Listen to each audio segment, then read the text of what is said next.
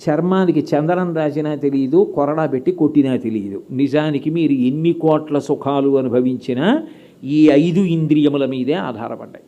కంటితోటే అన్ని చూసి సంతోషించాలి, చెవితో అన్ని విని సంతోషించాలి, ముక్కుతో వాసన చూసి సంతోషించాలి.